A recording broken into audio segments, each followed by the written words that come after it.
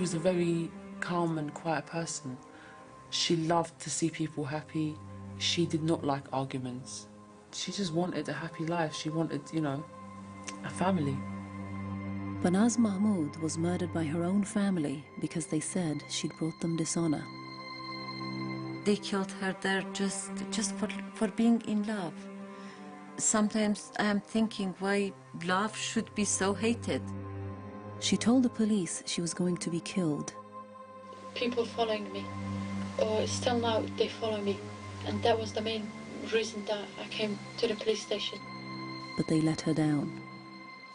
This is her story, told for the first time in her own words. In the future or at any time, if anything happens to me, it's them.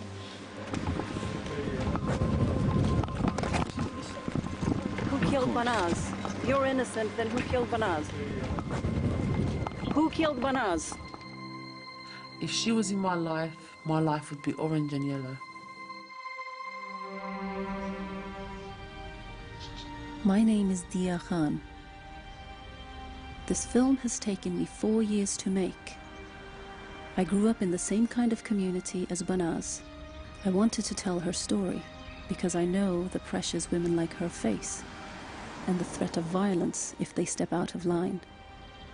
But this is also the story of Caroline Good, the detective who was determined that Banaz should have justice. She says Banaz's family tried to wipe out her memory, along with her life. I've never seen a photograph in that house of Banaz. I guess they don't want to remember her. My take on that was that they simply wanted to erase her from the earth and therefore to be no trace of her. Caroline and I share a belief. We should remember Banaz because there are many more women who are suffering now, just as she suffered.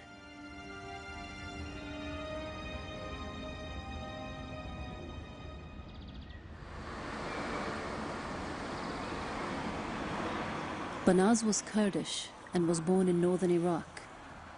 When she was young, the family came to Britain as refugees from Saddam Hussein.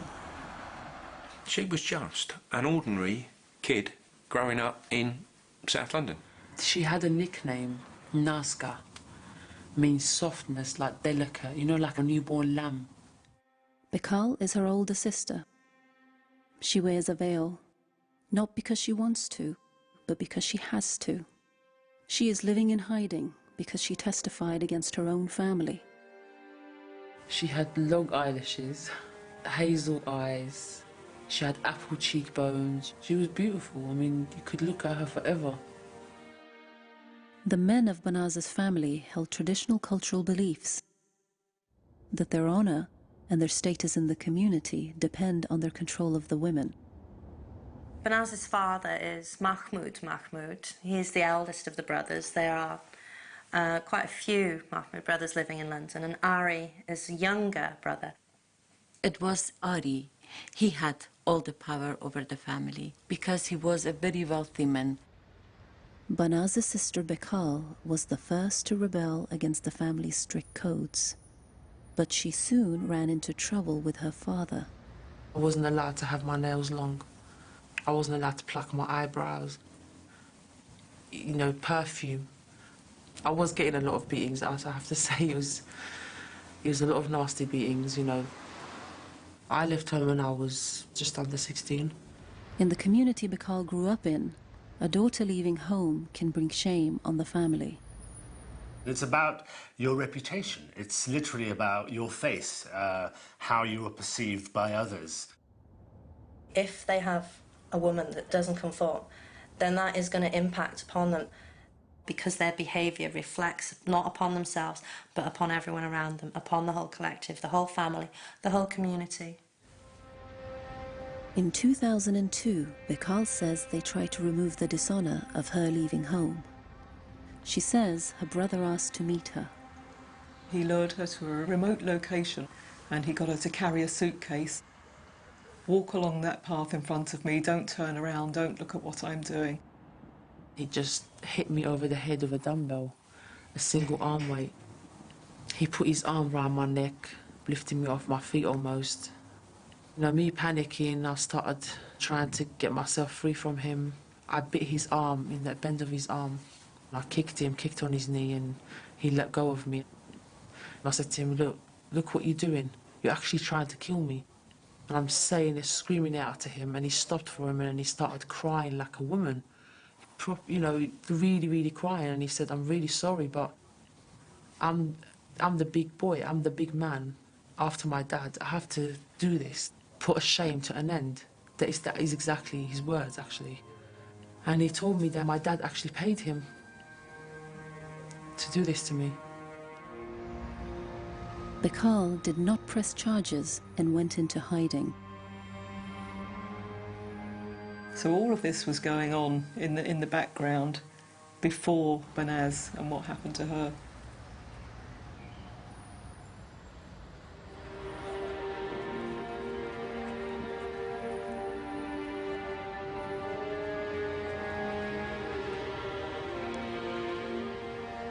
In 2003, at the age of 17, Banaz was married. It was an arranged marriage to a man that she'd only ever met on one previous occasion. He was 10 years older than Banaz, he was illiterate, and he was literally just off the plane from Iraq. Her husband took her to live in Coventry. 2 years later, in 2005, she left him and returned to the family home in London. In October of that year, she went to a police station in Croydon to make a statement about the way her husband had treated her. Because it happened in Coventry, she was interviewed by officers from the West Midlands Police. This video has never been seen on television before. Yeah. So describe your relationship then from the very early stages through to when things started to go wrong for you. Well, he was just like he was thinking like in 50 years back, like he was a strict husband. Whenever he wanted to have sex, it was just his way, always his way. Like whenever I said no, or he wouldn't take no for an answer, and he would just start raping me and doing what he liked to do. I tried to stop him, but he would slap me or hit me on the back or just pull me by the hair. I just started to like cover my body, like hold on like that. That's it. That's when he said to me he would kill me if I said anything to anyone. I was just 17 there. And,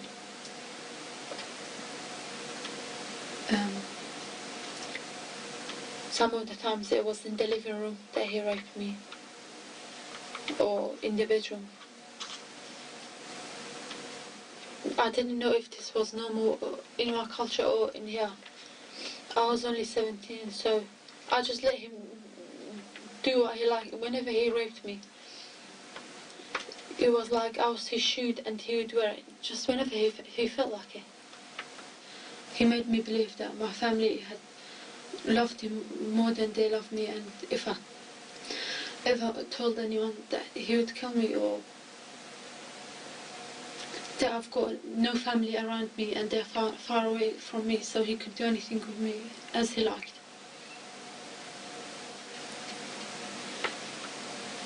I didn't try to defend myself or anything. I just cried and that was it.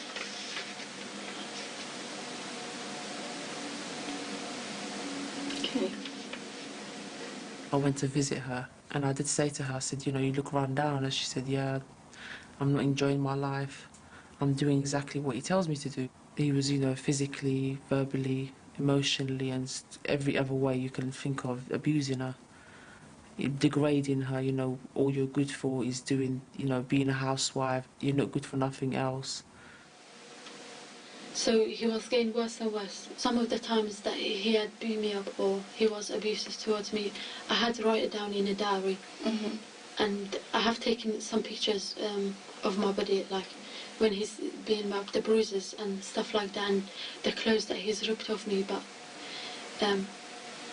he had got hold of them and he knew that I wrote it down in a diary, so he destroyed them all. But I have got actually one set of photos, and because he had kicked me so much, like in the head, my lips were bleeding, my ears were bleeding,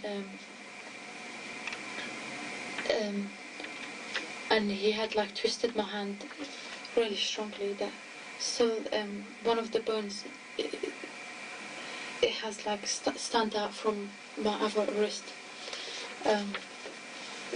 When he kicked my head in, that really affected me. Like now I've got a loss of memory, I can't remember things, and most of the times when I'm cleaning my ears, it bleeds.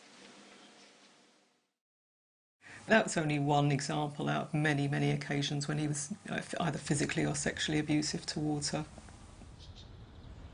So that Banaz kept a secret from her family while she was trying to be a good wife to her husband. But eventually one of her sisters found out, and through that sister the rest of the family were made aware. And he admitted, yeah, I do beat your daughter, but it's because she's disrespectful. And I do force her to have sex, but, you know, only when she says no. So that is something the family found acceptable and sent her back to try harder to be a better wife to her husband. I left him several times. I went back to my parents, but because for a Muslim female like me, it's very hard to get a divorce, and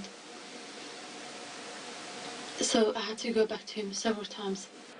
I was brainwashed into like it would be how I would be putting shame onto the family if I got divorced or separated from him. We'd have meetings with my parents, all of the family sit down, because I had no other choice but to go back to him. After one final incident, she left him for good. I had a coffee in my hands and I was just watching the TV. He said to me, look at yourself in the mirror, like how you've become so skinny and ugly. And I was nothing but a whore.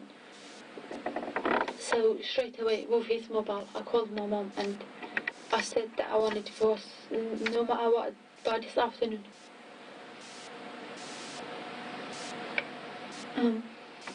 I was really angry, shouting down the phone. And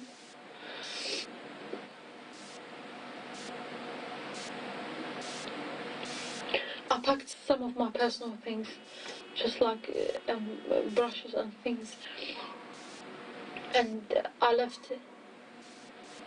I think that was the last argument that we had.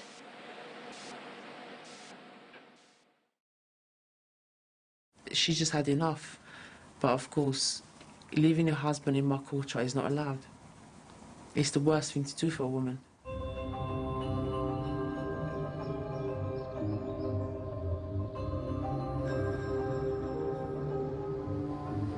After leaving her husband, Banaz put herself in even greater danger because she met Rahmat, a man her family did not approve of.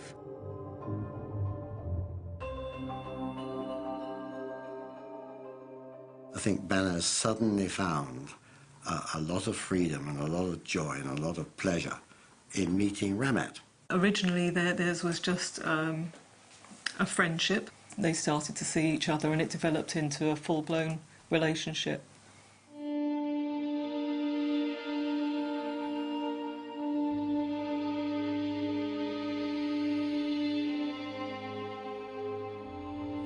Rahmat, he's a lovely guy. We had planned to have kids, they had names, they had plans for everything, yeah. The police recovered dozens of texts between Banaz and Rahmat. She contacted him every morning and every night just before bed. They kept their relationship secret because they knew the community was watching. Women from communities that have this honour ethos are they're under a form of constant surveillance. It's the eyes of the community, it's the young men of the community that are looking for them, that are keeping an eye out for any behaviour that's untoward, and that they're feeding this back constantly into the family. And it's this kind of constant surveillance that women get used to. After Banaz left her husband, she was worried that men were following her in the street. I recognised one face, and he hasn't come to my house ever, but I've seen him on occasions, on weddings and that. And even now, when I go out, I mean, one guy, as soon as I came out of the house, he was following me with a car. I heard someone calling my name in my language. So I turned around and he told me that he should give me a lift and I should go into his car. And I said no and just put my head down and keep walking. So that day he was just following me. People following me. Or still now they follow me. And that was the main reason that I came to the police station. Okay. That in the future or at any time, if anything happens to me, it's them. If ever you're worried or afraid for your own safety, you must contact us straight away. Yeah. All right, I don't want you worrying, you know, when we can get somebody out. Even if it turns out it's been nothing, at least, you know, for your own peace of mind. Now that I'm giving this statement, what can you do for me? Like? You've given us lines of inquiry that we will need to follow up. Okay. Okay. But we will let you know of what's going on. Okay. As it's happening, really, just so that you're kept informed and up to date of, as to what's going on. Okay. By going to the police, Banaz was putting herself at great risk. Monday the 10th of October 2005. But the investigating officers did nothing to investigate her claims or track her husband down. It took them 3 months just to write up a statement for her to sign. This was one of at least 5 occasions when Banaz went to the police over the threats she was facing. People following me, or still now they follow me. They missed all the signs that she was in great danger. Now that I'm giving this statement, what can you do for me?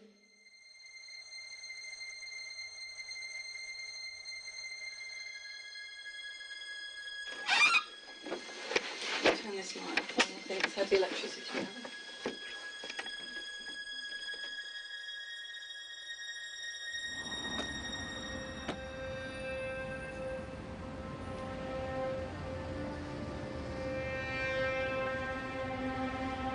Two months after she went to the police, Banaz and Rahmat were spotted by members of the local community here, outside Morden Tube Station. This little parade of shops, Banaz and Rahmat were seen kissing each other. It was outside the tube station, which is just down the road here. Very quick to put the phone call into the head of the family. Guess what I've seen your niece doing? And that was what triggered the whole thing.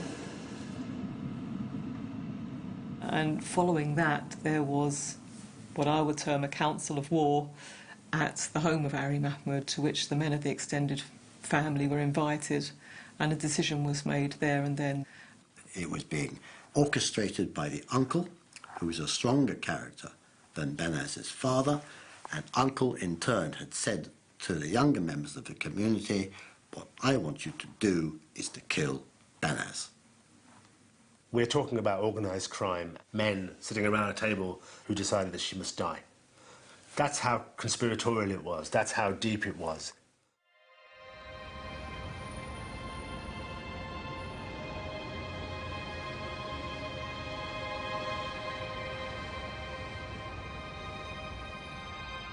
Two days after this family meeting, Banaz went to her local police station and made another statement. She said she'd heard her uncle saying she was going to be killed. And a week later, she delivered a letter to the police identifying 5 family members she said were going to murder her. She said she didn't want the police to take action, so they did not investigate any further. It might be hard to understand why Banaz protected her family. But in researching honor killings, I've found many young people who are in great danger don't want to get their family in trouble.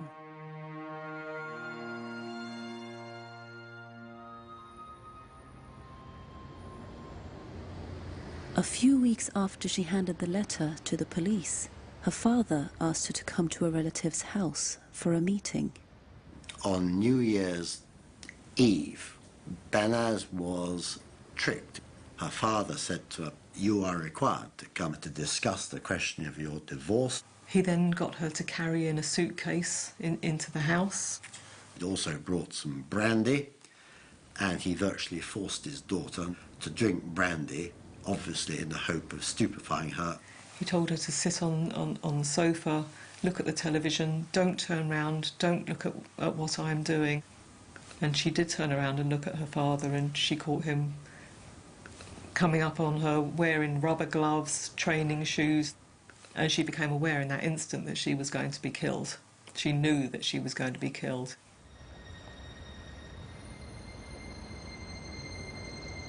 But her father left the room again. It gave Banaz a chance to get away. She managed to escape from the back of the house, and she plunged her hands through the next-door neighbour's window to try and get attention. She climbed over a fence, staggered off up the road, bare feet, bleeding from her hands and wrists, and collapsed on the floor of a nearby cafe. Hospital staff that dealt with her on that night said they've never seen anyone so frightened in their life. Ramat was contacted, and Ramat had the presence of mind, whilst Banaz was lying on the hospital trolley, to ask Banaz to tell him exactly what had happened, and at the same time he was recording on his mobile what she had to say.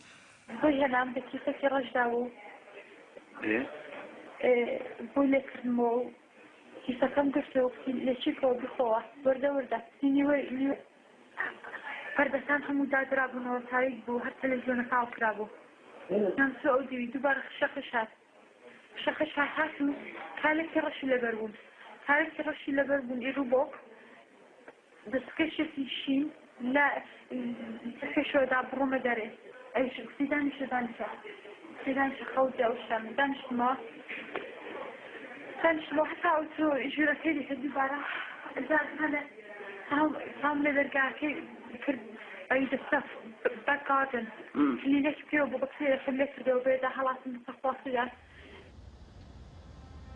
Again, Banaz told her story to the police. There was a woman police officer who disbelieved her completely, and she said, I believed it was just a girl who'd drunk too much, thought she was going to be in trouble, and therefore was making up this story. The police officer even considered charging Banaz with criminal damage for breaking the window during her escape. In Banaz's case, there were almost a landslide of mistakes flowing from a lack of understanding and a lack of awareness, some poor policing, which we all recognise now.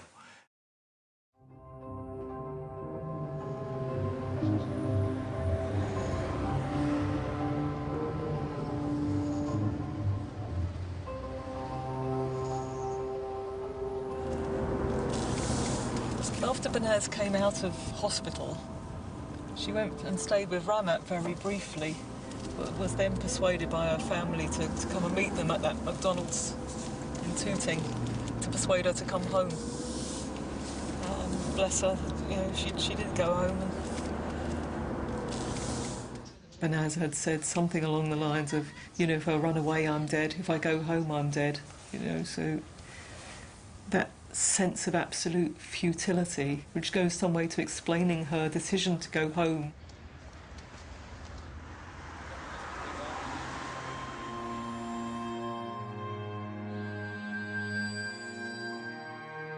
This is one of the last texts Banaz sent to Rahmat.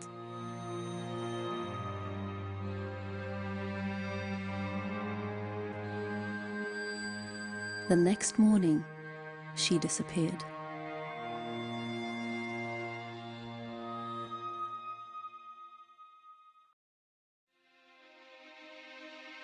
Her family claimed she'd brought them dishonor for loving a man they did not approve of. Just for being in love. Sometimes I am thinking why love should be so hated. She told the police her life was in danger. Anytime, if anything happens to me, it's them. but they didn't help her. Her family had already tried to kill her once, but she decided to return home. In January 2006, Banaz was reported missing by her boyfriend. Just starting as head of a Scotland Yard homicide team was Caroline Good. I was on call. It was my first week in charge of that team, and I had a phone call from a local detective inspector who was worried about one of his missing persons. And my job really was I was the intel sergeant, so my job was to deal with all the intelligence that we gathered. I was part of Team 16 over at Lewisham, and I became the case officer. I was one of the detective sergeants. Not a single member of the Kurdish community helped us. We didn't get any positive contribution from the community, and there must have been dozens, if not hundreds, of people that knew what had happened to Banaz. I think we encountered quite a wide scale of attempts and conspiracy to pervert the course of justice. Young men who made false statements, people saying that she was alive when in fact she wasn't. There was lots of work that went on, and lots of red herrings, lots of things where we were looking at things, and it would take us a week to eliminate that line of the inquiry. In involving themselves in it, that's enhancing their own image within the community. There were over 50 people involved to some degree or another in that murder. I think we found out within a couple of days of the investigation that Banaz had an older sister called Bekhal who was estranged from the family. She wasn't living at the family home. I had the police knocking on my door, asking if they could come in. And they said to me, it's about your sister. Your sister's gone missing. So when they said to me she's gone missing and my family don't know, I knew that wasn't true. I knew that was not true, because I just knew in my heart that, it's to do with the family members, the men. I knew it. In early March, someone from the Kurdish community had found Bekhal, and she had had a phone call to say that she was going to be the next person to be killed. The risk to her was obviously phenomenal. We knew that people had traced her telephone, people knew roughly what area that she was living in, and we actually, moved her from house to house to house at one point, trying to keep her safe, to stop people finding her.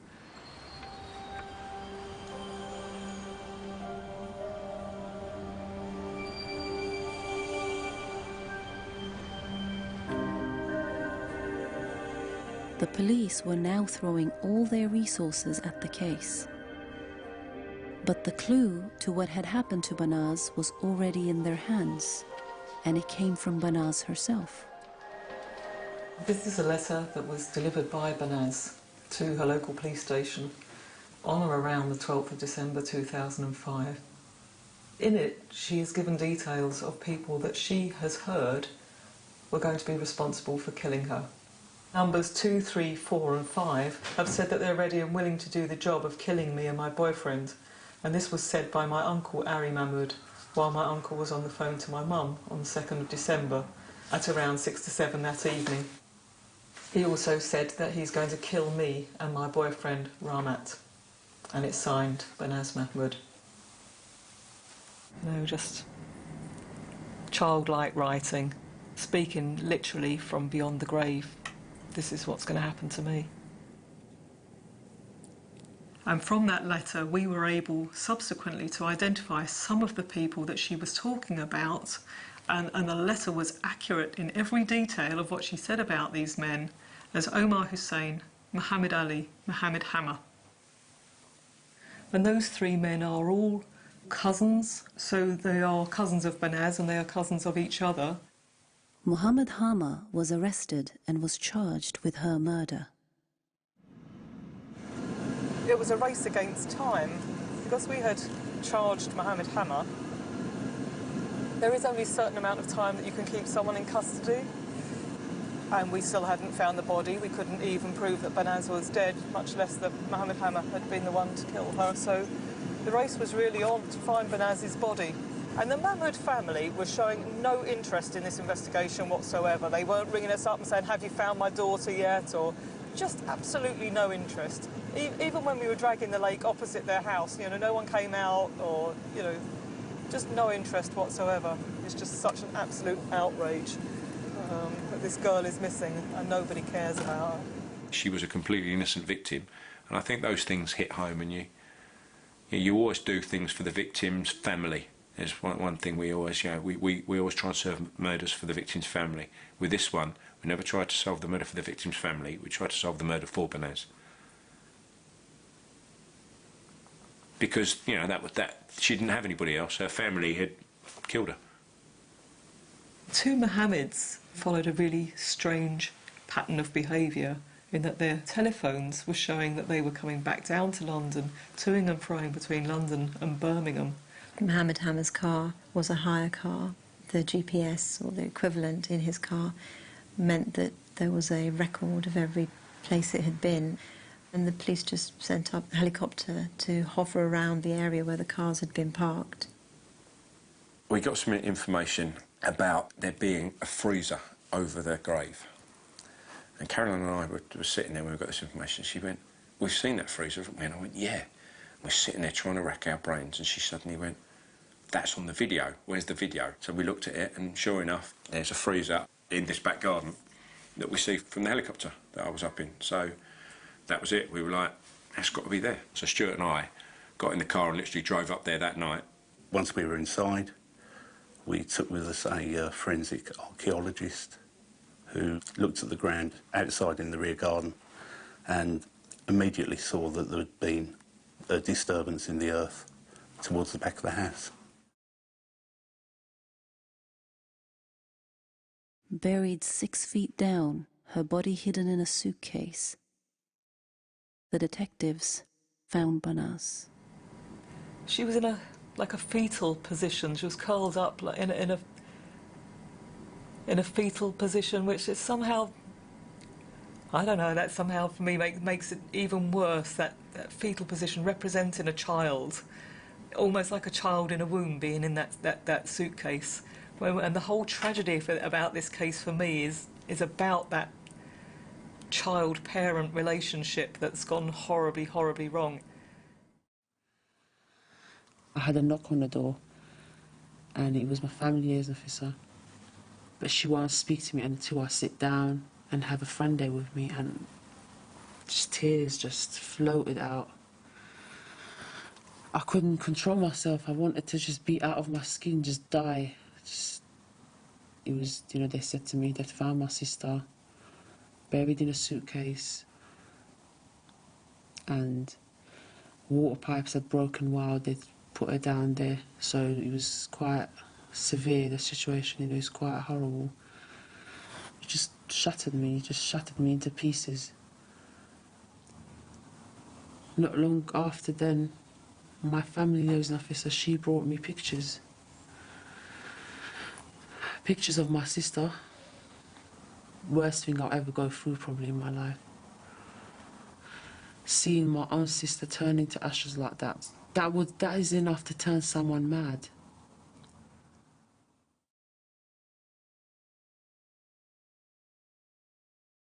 Three men were charged with her murder, including her father and uncle.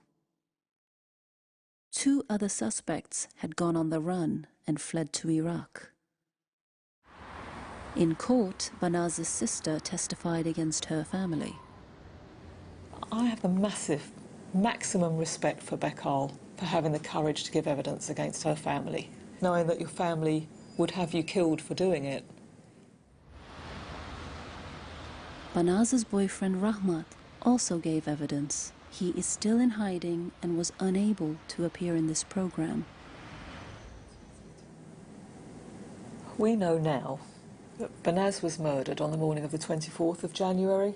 And from piecing together all of the evidence, the suspects met at Mohammed Hammer's address and then made their way to Banaz's home. Quite deliberately, her father and her mother left the family home, leaving Banaz on the premises with one of her sisters. And that meant the coast was clear for the men to come in. It was Banaz's habit to sleep on the living room floor. There wasn't a bedroom for her. There wasn't sufficient room in the house, so she would sleep on the living room floor. And those three men, Muhammad Ali, Mohammed Hammer and Omar Hussein, came into the house, woken up to find three men bursting into your room and knowing at that point that you're going to be killed. The police had secretly recorded Mohammed Hammer. He was taped talking about what happened that morning.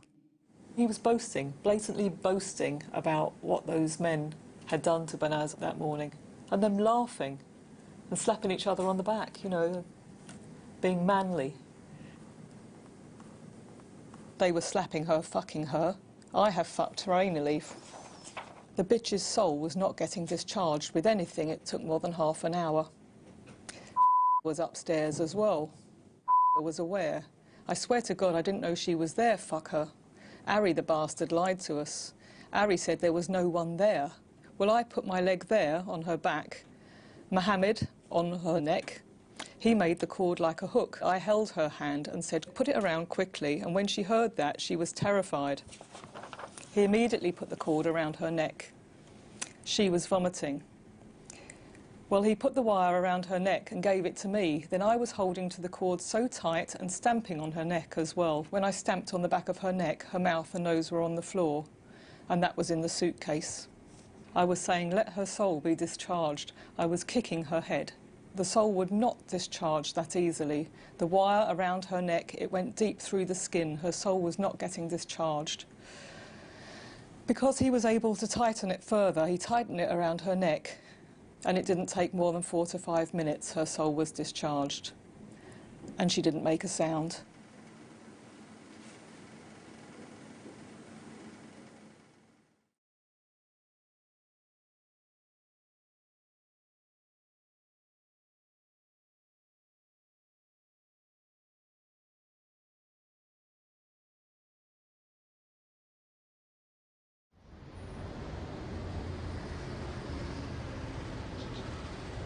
While making this film, I came face to face with Banaz's father and uncle at a police station.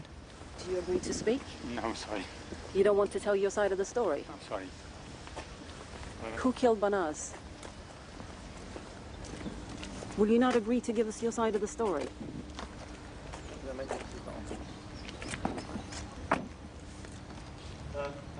Okay, come with me now.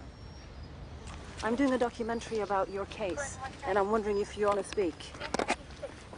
Who killed Banaz? You're innocent, then who killed Banaz? You are a liar. Your job is just to lie. No, I'm saying you did not. Liar.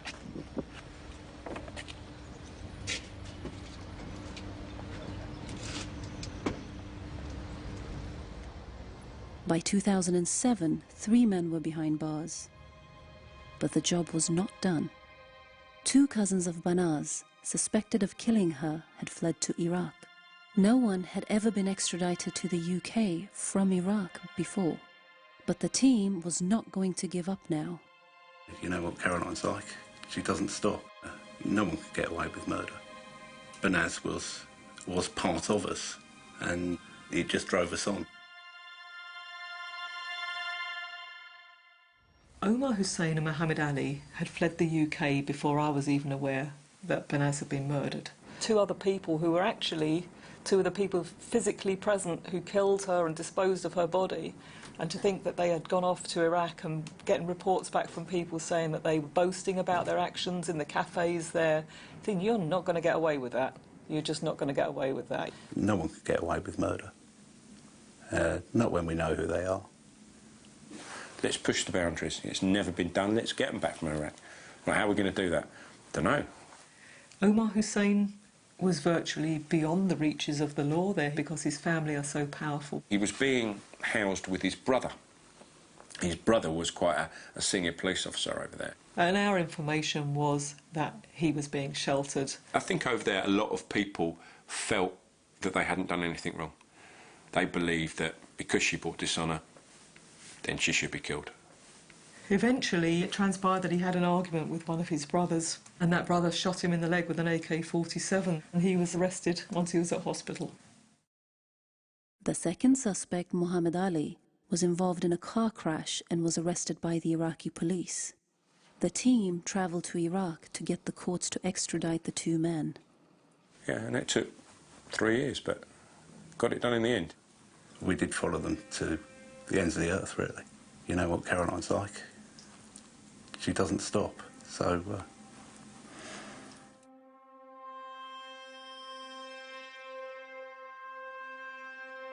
In the last 4 months of her life, Banaz went to the police at least 5 times. After her death, the Independent Police Complaints Commission launched an inquiry into police misconduct. It criticised 9 police officers, 6 from the Metropolitan Police and 3 from the West Midlands, for not doing enough to help her. The Metropolitan Police told us, "We have learned a great deal since the Banaz case. We have developed working arrangements to ensure effective and professional standards of investigation and support. All London boroughs have a dedicated community safety unit. Awareness training on honour-based violence is also delivered. We are resolute in our determination to keep victims and potential victims safe."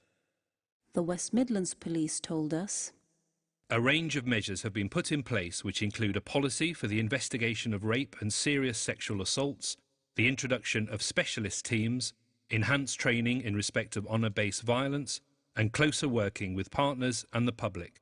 We will continually review policies and procedures to ensure the safety of victims is paramount." Some people argue that the subject of honour killing should not be tackled for fear of stigmatising entire communities. There are plenty of people around the country who tell me that they are actually wary of stepping into this minefield because they see it as a minefield. That the moment that they start talking about this issue locally, they will be branded racists. The fact is, it's been going on for centuries across cultures, across religions, all over the world. Any idea that you can't speak about criminal offences because they take place in a part of the community which is a minority is appalling. I find that quite offensive as a member, if you like, of a minority community. I think it's much better for everybody if these things are brought into the open and discussed. There are many people within the Kurdish community who are opposed to honour killings, and some who bravely speak out. I have to say that the majority of the community are against that kind of violence, but this small minority, they had lots of power over the whole community to keep quiet, keep silence, not saying anything, because then they will tell them you betray Kurdish community. We are not betraying them. We are defending the rights of people, the rights of women. We are the true Kurdish people. According to official statistics, there's 1 honour killing every 4 weeks in Britain. But the Crown Prosecution Service admits the real figures are probably much higher. In the United Kingdom, we have 12 honour killings a year, there or thereabouts. But we don't even know that. That's, I think, to my mind, an underestimate, because generally when a child goes missing, who is it that reports the child gone missing? The family. But if the family are the reason why the child has gone missing, you're not going to get a report. You're not going to know that child is missing. We have no idea. What we do have is a significant underestimate. Banaz's family have never commented on this case before, but they contacted us to say, Banaz was a lovely, caring, smart and kind girl who loved her family and her family loved her. We miss her very much. We did everything to support her in her marriage, and when she decided to leave him, we supported her. Our children are not oppressed and they never have been. It is not true that the family have tried to erase the memory of Banaz. It's the family that tends her grave. They say it was the police who let her down, not them, and they did cooperate with the murder inquiry. They say that Banaz's sister Bekhal was never beaten or in any danger. They say she was not attacked by her brother.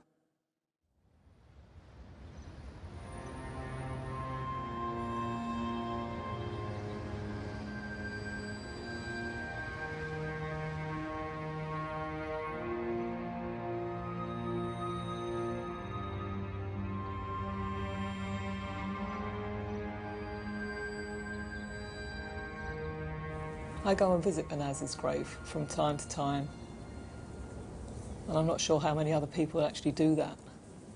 And I'm not sure if anyone else would ever be able to find it, because that grave was left unmarked for years after the trial.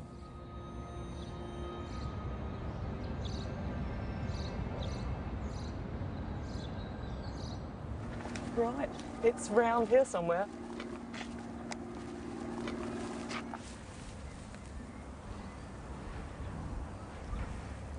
Well, that is new. That is absolutely new, that marker. But I'm pleased that that's on there. That's good. I think Bekhal told me when I saw her the last time that she'd planted some lily bulbs in there, which were her sister's favourite flowers.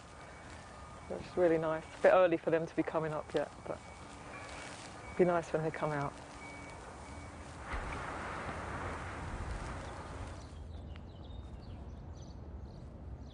I feel like my life, it will always be in danger. Safety is something I dream of. Yep, something that I really, really am longing for, but in my circumstances, I don't think that's going to happen very time soon. I'm only doing this in the name of my sister, for my sister, and she will always live on in my heart, in my life. I certainly felt that we had become surrogate parents, because we didn't feel that she was loved by her own parents, that we took over that parenting role. But and that doesn't mean that we were too close to the investigation. It just meant that we were showing her love and respect, and that someone should love her, someone should care. So we did, and we still do.